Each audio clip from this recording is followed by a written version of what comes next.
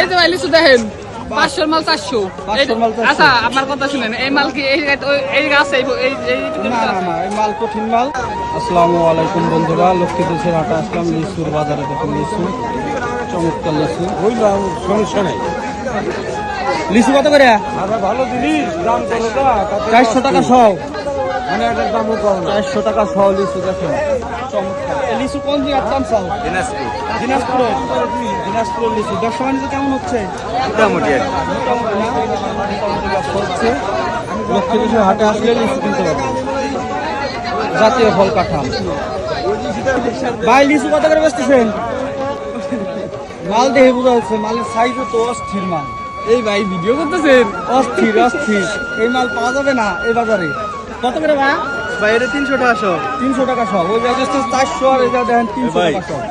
তাড়াতাড়ি লক্ষ্মী দেশের হাটে চলে আসেন। ভাই চমৎকার। কেমন থাকবেন? কেন ভাই?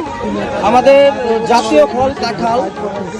এই বাংলাদেশে এক সময় ঐতিহ্যবাহী যারা জামাই ছিল, বিয়ে করার সময় তারা কাঁঠাল নিয়ে যেত শ্বশুর বাড়ি। যে বেশি বড় কাঁঠাল নিয়ে যেত ছেলেও মানে বড় জামাই, মানে ভালো নাম থাকতো তার, শ্বশুর বাড়ি যাচ্ছে।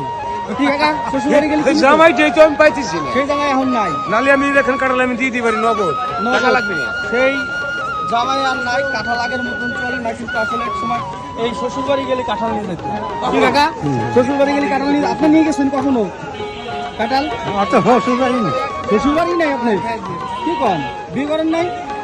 বিয়ে করতে হতে নাই। এটা নাই না? ও, সেটা নাই। আসসালামু আলাইকুম বন্ধুরা, লক্ষ্মী দেশে হাটে আসলাম। আসলে কলা দেখে ভালো লাগলো। দেখুন কলার সাইজ গুলো, অস্থির কলা। খানাটা দেখছেন অস্থির। এই যে চাচা নিয়ে, চাচার কি গাছের? হ্যাঁ। গাছের কলা, ওনার বাগান। আমার নাম ইসলাম। ইসলাম না? আপনি কি কলা ব্যবসা করেন? না, এটা আমার বাগানে করা। বাগানের কলা বেচতে আসছেন।